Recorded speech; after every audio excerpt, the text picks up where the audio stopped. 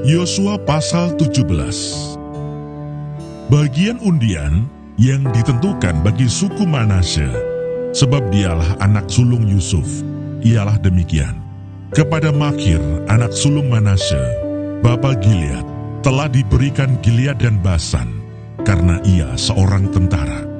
Jadi bagian itulah yang ditentukan bagi anak-anak Manasye yang lain, menurut kaum-kaum mereka, yakni bagi Bani Abiezer, Bani Helek, Bani Asriel, Bani Sekem, Bani Hefer, dan Bani Semida.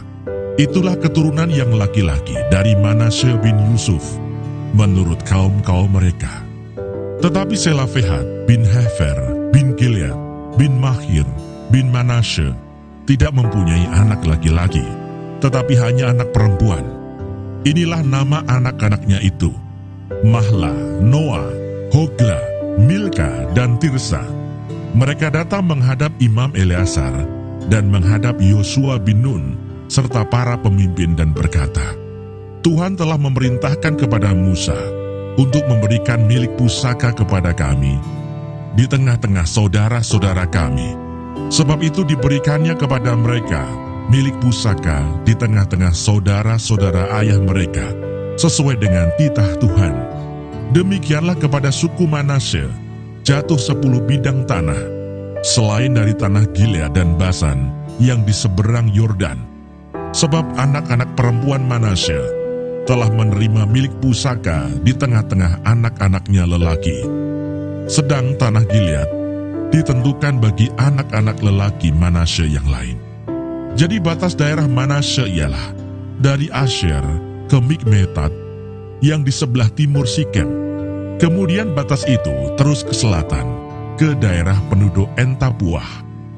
Tanah Tapuah adalah kepunyaan suku Manasye, tetapi kota Tapuah, dekat batas daerah Manasye, adalah kepunyaan Bani Efraim.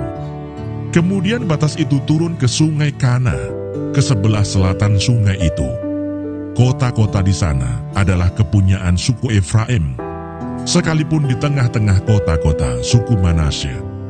Selanjutnya batas daerah Manasye itu lewat dari sebelah utara sungai itu dan berakhir ke laut. Ke selatan daerah itu kepunyaan suku Efraim, dan ke utara kepunyaan suku Manasye. Batasnya ialah laut. Di sebelah utara batas daerah itu menyinggung daerah Asher, di sebelah timur menyinggung daerah Isakar.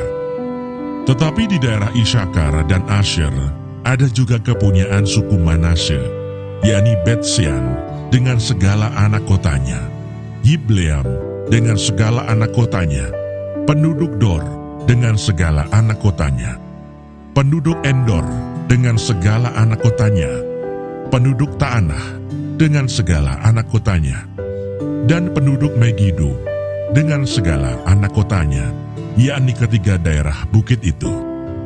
Tetapi Bani Manasye tidak dapat menduduki kota-kota itu, sebab orang Kanaan berhasil untuk tetap diam di negeri itu. Setelah orang Israel menjadi kuat, orang Kanaan itu dibuatnya menjadi orang Rodi, tetapi tidaklah sama sekali mereka itu dihalaunya. Berkatalah Bani Yusuf kepada Yosua demikian, Mengapa engkau memberikan kepadaku hanya satu bagian undian dan satu bidang tanah saja menjadi milik pusaka? Padahal aku ini bangsa yang banyak jumlahnya, karena Tuhan sampai sekarang memberkati aku. Jawab Yosua kepada mereka, Kalau engkau bangsa yang banyak jumlahnya, pergilah ke hutan dan bukalah tanah bagimu di sana, di negeri orang Feris dan orang Refaim, jika pegunungan Efraim terlalu sesak bagimu. Kemudian berkatalah Bani Yusuf, Pegunungan itu tidak cukup bagi kami, dan semua orang Kanaan yang diam di dataran itu mempunyai kereta besi, baik yang diam di Bet-Sean dengan segala anak kotanya, maupun yang diam di lembah Yisrael. Lalu berkatalah Yosua kepada keturunan Yusuf, kepada suku Efraim dan suku Manasye, Engkau ini bangsa yang banyak jumlahnya dan mempunyai kekuatan yang besar. Tidak hanya satu bagian undian ditentukan bagimu. Tetapi pegunungan itu akan ditentukan bagimu juga. Dan karena tanah itu hutan, haruslah kamu membukanya. Kamu akan memilikinya sampai kepada ujung-ujungnya. Sebab kamu akan menghalau orang Kanaan itu, sekalipun mereka mempunyai kereta besi, dan sekalipun mereka kuat.